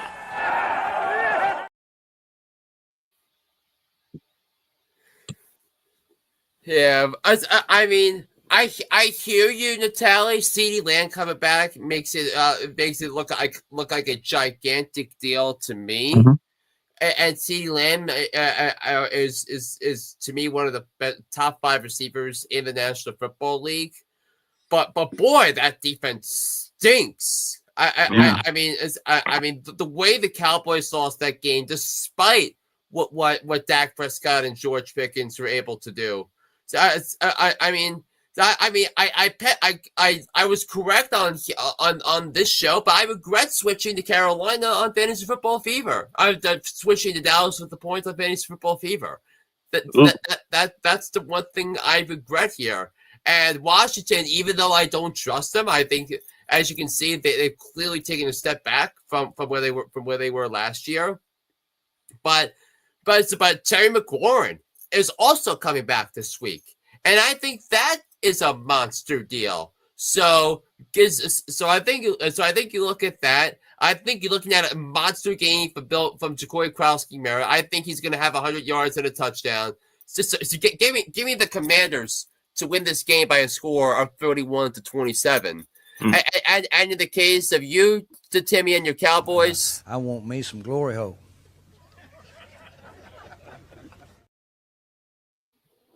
Alrighty, looks like Tim, you're the tiebreaker here. Well, yes, it is true. It is true. The Cowboys have one of the best offenses in the league, but their defense is absolute trash. It's just so pathetic that they let these guys run all over us, and they leave so many receivers about as open as a 7-Eleven. And it's just crazy. It's gonna be another one of those type of games here. Terry McLaurin is back, so that's another key weapon they have getting back with the Commanders. But like I said, there's a possibility CeeDee Lamb will come back to the Cowboys. So that's going to be interesting. And of course, George Pickens has had a great season so far. But I believe this will be a very close game, just like the last few. Cowboys score a lot of points on the offense, but so does the opponents. So I'm taking the Cowboys over the Commanders by a score of 30-27. yeah, and also make sure Javonte Williams is in your lineup too, because Washington's run defense is not great. Yeah, get Javonte Williams if he's available. You ever dance with the devil in the pale moonlight? What? Because I've danced with the devil, the financial devil, and lived to tell about it. Hopefully, us Cowboys fans will live to tell about this one here. We have the Sunday night game. And a very interesting one out here as the Atlanta Falcons are taking on the San Francisco 49ers. 49ers are 2.5 point favorites. Mm. And okay, I mean, I'm still shocked the way Atlanta played yesterday. I mean, I think they had very little chance. I mean, I didn't really count them out, but I didn't think they were going to win. But a great game from my man, Bijan Robinson from Texas. And the way they played, I mean, it totally shocked me. And with this new injury that the 49ers have with Fred Warner, that's going to make things interesting. In fact, it's interesting enough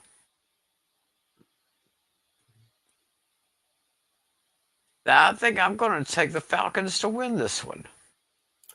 It's going to be kind of hard. It's going to be kind of hard to win over at Levi Stadium, but I think the Falcons have got a little thing going right here.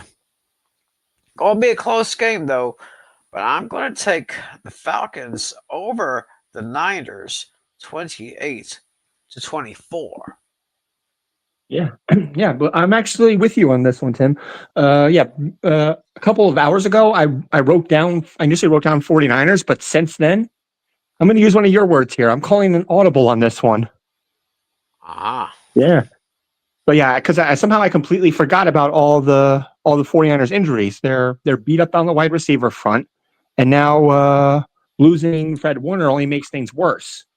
So with that being said, I'm switching my pick to the Atlanta Falcons. With the way they demolished the Bills, they could easily do the same thing to the 49ers. If they can do it to the Bills, they can definitely do it to the 49ers too. The Bills, I think, are better than the Niners, so there you go. Give me the Falcons to win this one 24-20. Yeah, Okay. I hear you guys because I know because Falcons possess a lot of talent and in theory this is the Falcons team that should make the playoffs, right? When you have Bijan Robinson, when you have Drake London, when you have the cats like that, and that was shown on Monday night against Buffalo. The problem with the Falcons, unfortunately, is that they're such an inconsistent team that I have trouble trusting them coming off games like that. So again, major coach advantage to the 49ers. Kyle Shanahan is a gem. Remember a couple weeks ago where the Niners went to LA and beat the Rams? Says, yeah, it's going to be awfully tough for the Falcons on a short week, having to go to the West Coast and play a nighttime game. It's going to be 5 p.m. in San Francisco, so the sun is going to be up for the first half of that game. But boy, I have some trust issues with this Falcons team. So give me the 49ers to win this game. I don't feel great about it, but I'll take the Niners to win and cover 24-20. Interesting right there. All right, now,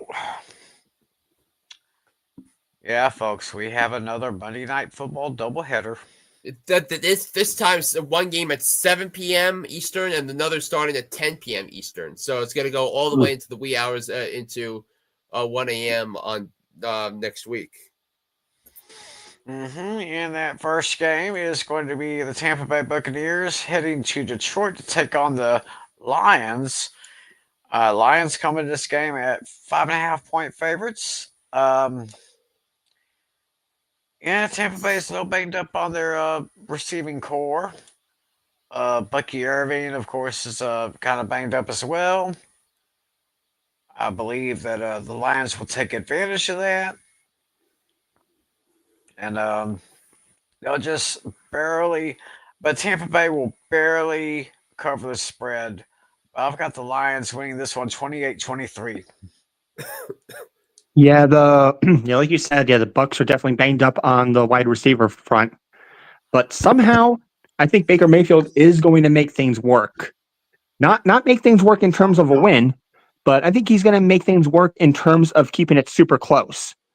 Somehow I do think I like the Bucks with the points here for some reason. I don't know why. Despite they're banged up, Mayfield is working some magic. He is having an MVP caliber season right now. It's going to be close, but I have the Lions pulling it off. I'm going to go by a single point, 28-27. Oh, Yeah, I hear you guys, but I'm gonna take the Lions. I just think that just think after the way they got spanked against the Chiefs in prime time, I thought that said more about the Chiefs than it said about the Lions. Now Brian Branch suspension doesn't help. So that's the starting secondary is losing a big piece for this one. Could be a big matchup in terms of how what the Saints are like when the wheels stop spinning. But I'm not overthinking this. I'm gonna lay the 5.5 and take the Lions to win. But I would caution you about Jahmyr Gibbs in this spot, but man, I'm thinking big game big game from St. Brown, big game from Jameson Williams. I think Sam Laporta is going to score a touchdown in this one. Give me the Lions to bounce back and win 28-20. Okay, you're both taking them outright. To win and cover. Yeah, no, that's what I was saying. Both of you are taking them outright. I'm taking the coverage. okay.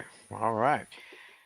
And the last game on the schedule, the second game of the Monday doubleheader, we have the Houston Texans going into Seattle to take on the Seahawks. The Seahawks in this game are picked by 3.5.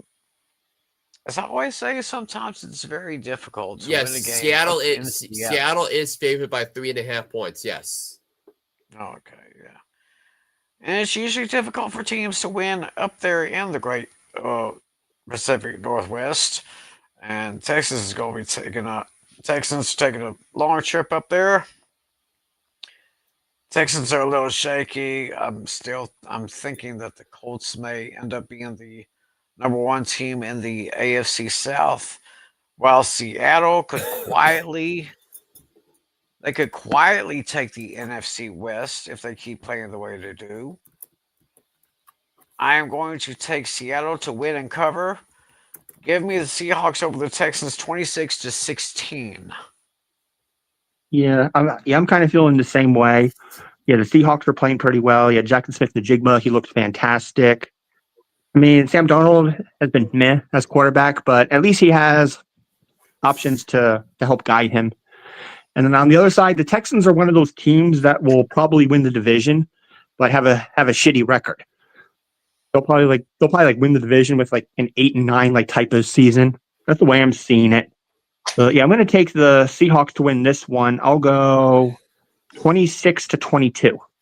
I will say with that last comment about the division, it's going to take more than 8 or 9 wins to win this division based upon the success of the Indianapolis Colts. So, so that's an issue there. But in this game, I'm going to grab the points with the Houston Texans. And look, the Texans are coming off a bye week. They're playing on the Monday night after a bye week. And if you watch the last 2 games, I know they were against the Titans and the Ravens. They only gave up 10 points in those 2 games. So yeah, the Texans defense is still really good, and D'Amico Ryans is a tremendous mind for that defense. So yeah, I think the Texans are going to still going to be in this game, but I'm going to pick Seattle to win 20-17. Mm-hmm. That's interesting right there. So, yeah, that's basically how we're looking at things for the NFL coming in Week 7, which of course starts 2 nights from now. Mm-hmm. But speaking of now, it's time to see if any of y'all were able to think about the answers to the questions that we gave here. So we started with Natale. So Natale, Yep. go. All right. All right. So like I said before, as we know from Sunday Night Football, the Chiefs did not have a single penalty. So I took my trivia question, put a reversal spin on it. My original question was going to be which team had the most penalties in a single game. That was my initial one, and that answer would have been the Raiders.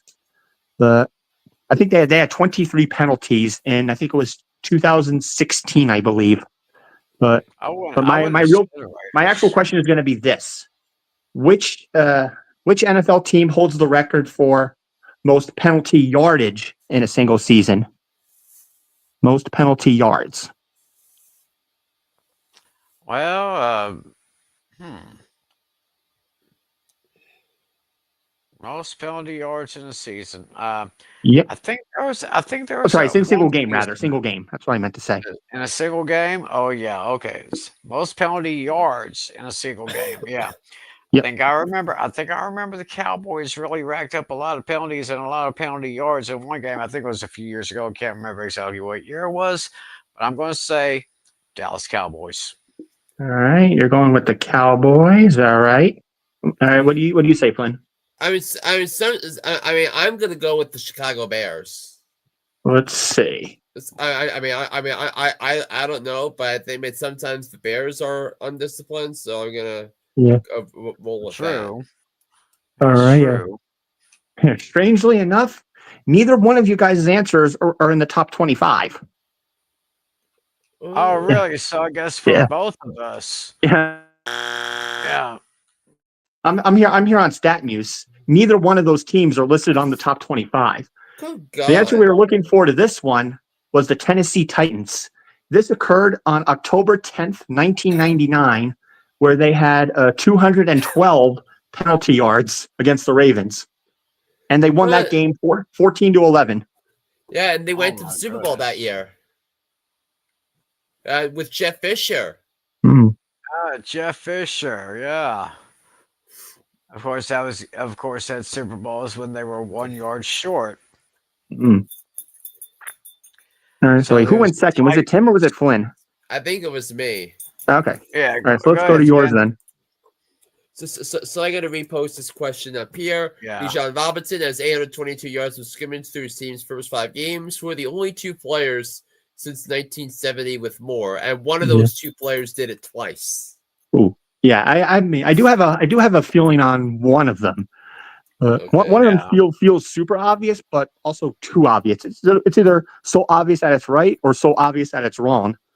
My guess of the current player is going to be Christian McCaffrey, and on the other side, I'm going to go in the past. I'm going to go with the late great Walter Payton.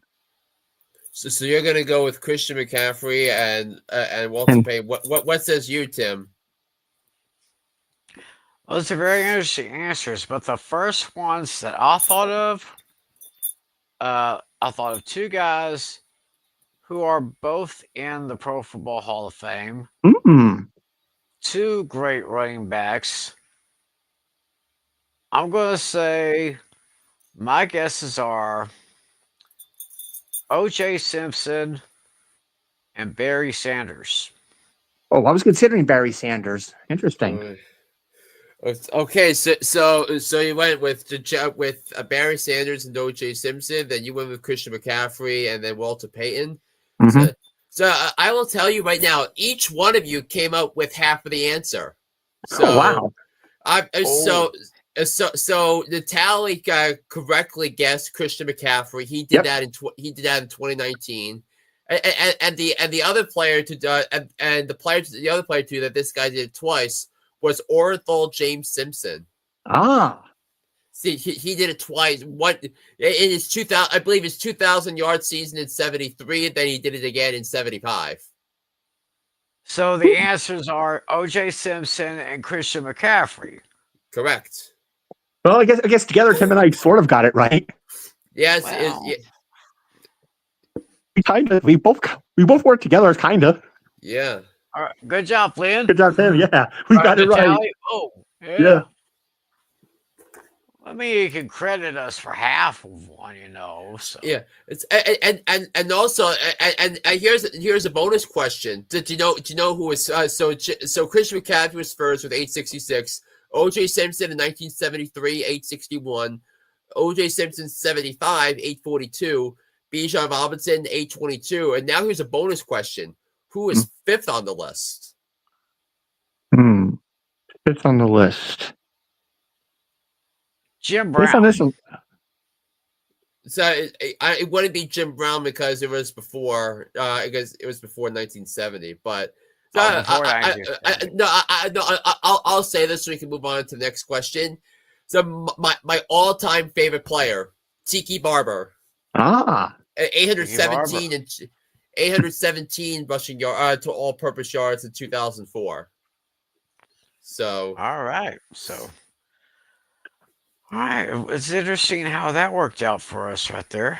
So anyway, my question is, I was referring to the fact that the Cowboys gave up over 400 all-purpose yards in the game against Carolina last week.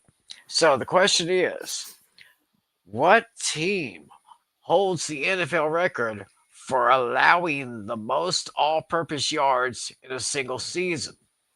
For some reason, I'm just going to say the Cleveland Browns because Cleveland Browns do Cleveland Brown things.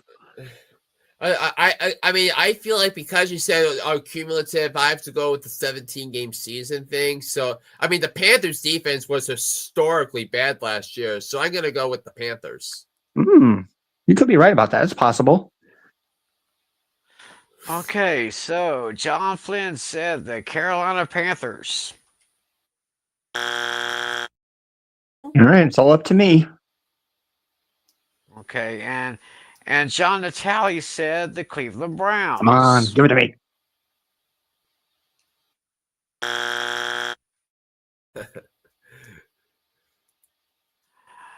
Well, you guys are not going to believe this. It didn't happen too long ago.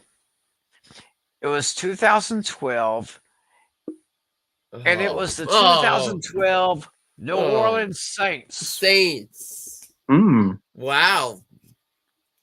That's right. The Saints gave up 4,875 passing yards and 2,361 rushing yards for a total of 7,042 all-purpose yards given up in one season. Also, remember, that was the year where both Sean Payton and defensive coordinator Greg Williams were banned for a year because of the Bounty Gate scandal. The Bounty Gate, yes. So before we go off the air, we were talking about this earlier. Flynn, you ready to make a deal? All right. So, tell me what you got. Well, let's see. Well, I'm not sure. Well, I mean, I already told you who's off the table for my running backs. Well, actually, let's answer this question first. You wouldn't start any of the Bucs receivers over Pittman this week, right? Oh, yeah, I would say, yeah. Nope. I would definitely start Pittman over any Bucs receiver right now. Right. Yep. Actually, I got to go to... let me see here. Yeah, we got another question while you guys are trying to figure that out. Marcus Soto, 5-1 full PPR 12-man league, quarterback Drake May and Jordan Love. His running backs are Bucky Irving, Devon Achane, Josh Jacobs, and Woody. Wide receivers, JSN, Garrett Wilson, George Pickens, Rashid Shaheed, and tight ends are George Kittle, Fannin, trade ideas. I think Kittle's on the IR if I'm not mistaken. Oh yeah, I think Kittle is supposed to be coming back this week. Okay, Let's see. Bucky Irving. I know Bucky Irving's banged up. JSN, hold on to JSN. Hold on to him. I mean, it definitely depends on what your needs are. What is he looking for? Yeah. Let's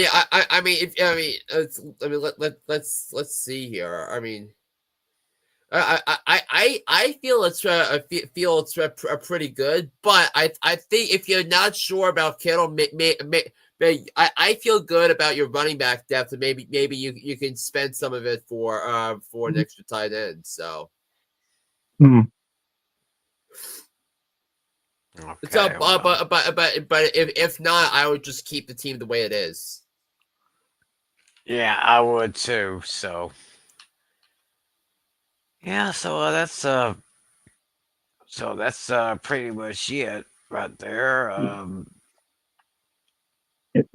Alrighty, so let's see. Back to business here. Well, I basically said to Flynn that all my running backs, I'm willing to offer all my running backs, any running back with the exception to Genty.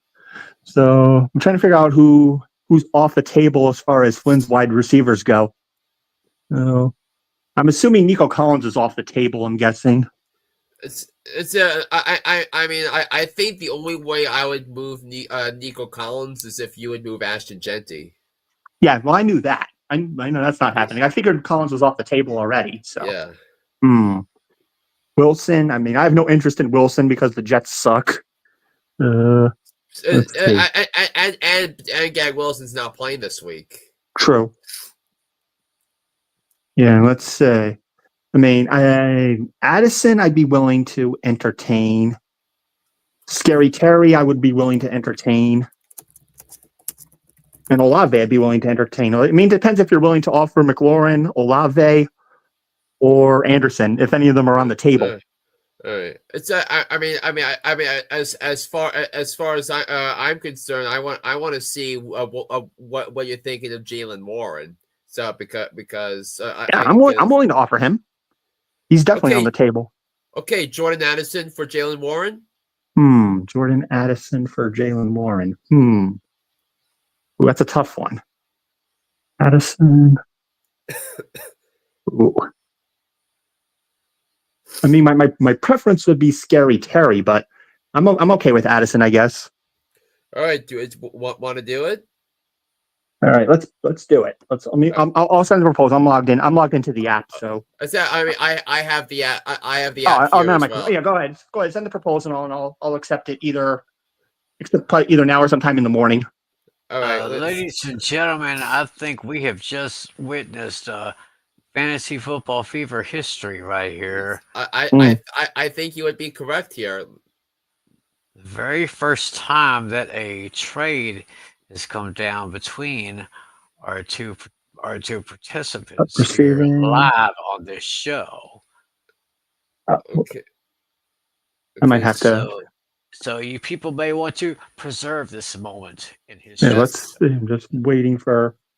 We'll just have to see how this all works out in the end. Yeah. Yeah, I'm just waiting to see if I get a notification or not. I don't think. No, I still want. There's a way to do this on the app, and there's a way not to. So, I see.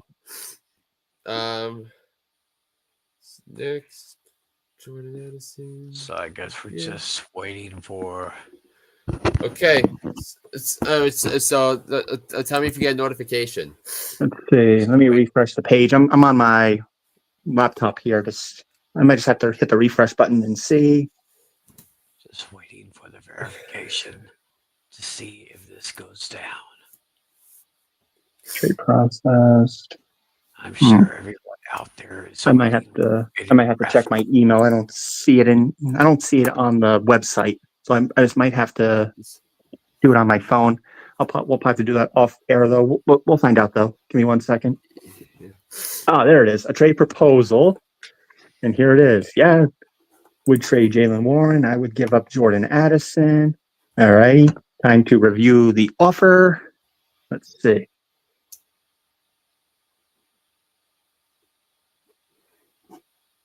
And there it is. Accept the trade, and the accept button has been pressed. Oh, I entered my password to continue. the beauty of Disney Plus. Yeah, the trade has been accepted successfully. We are in.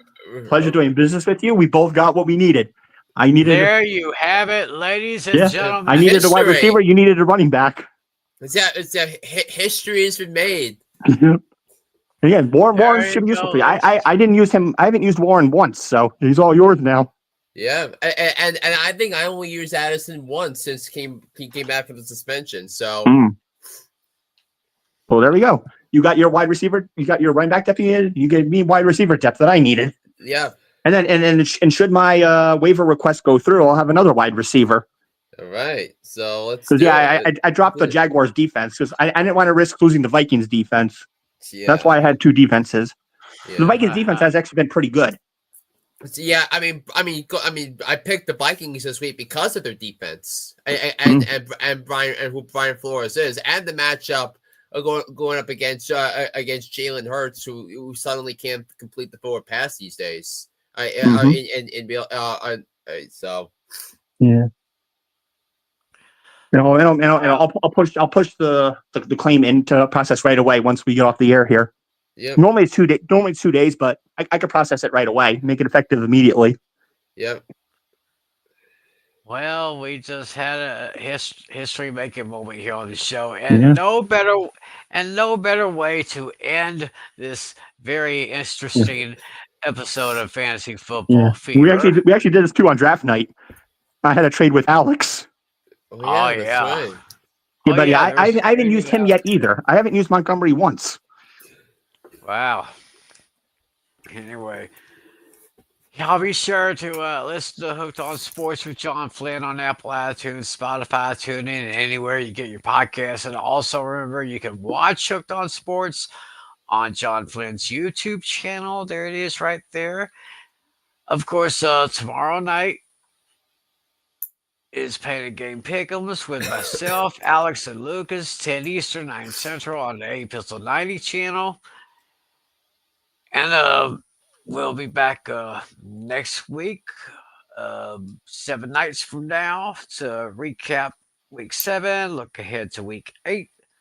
Oh my gosh, we are almost halfway through this season already. I mean, it's a crazy thing about the NFL season. So great show, guys. I hope this trade works out for both of you guys. Yep. Mm-hmm. Mm-hmm. All right, so made a little history again. Had the trade during the draft night, and of course we have the trade now. So yeah, that's going to do it for this show.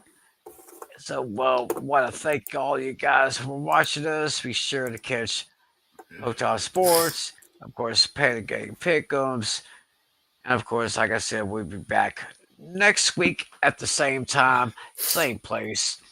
So until then, for John Flynn, for the John Natale, my name is Tim McClelland. Thank you so much for joining us. Enjoy week 6. Enjoy week 7, everybody. See you back here next Tuesday night. God bless you all. And as always, be a good sport. See ya.